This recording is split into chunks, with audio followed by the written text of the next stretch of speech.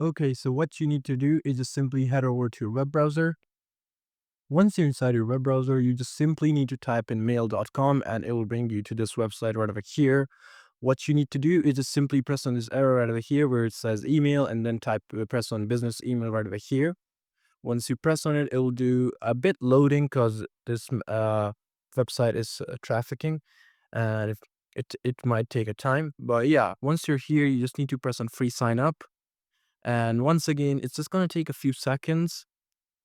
And here we are. Now you need to type in your first name. So we're just going to type in a random first name and then give your actual date of birth. So I'm just going to give some fake date of birth because I'm not really making an account, but I'm just showing you how you can make one.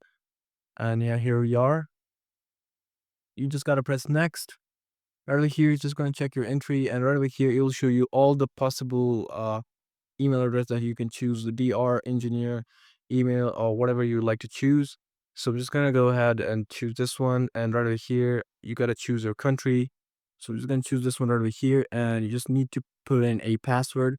So I'm just gonna use the password that is suggesting. And right over here comes the part of handy. So you need to put in a phone number right over here. So I'm just gonna type in a random phone number to check. And yeah, here we are. Now you just gotta confirm you're human and move the person to the calendar. You just need to do the process as well to verify that you aren't a robot. So yeah, you just gotta make sure that the verification is done nicely.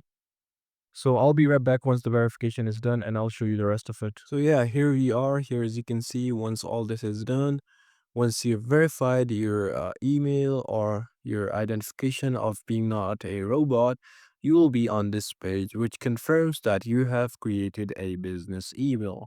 And yeah, this is it. Hope you find it useful. I'll see you soon.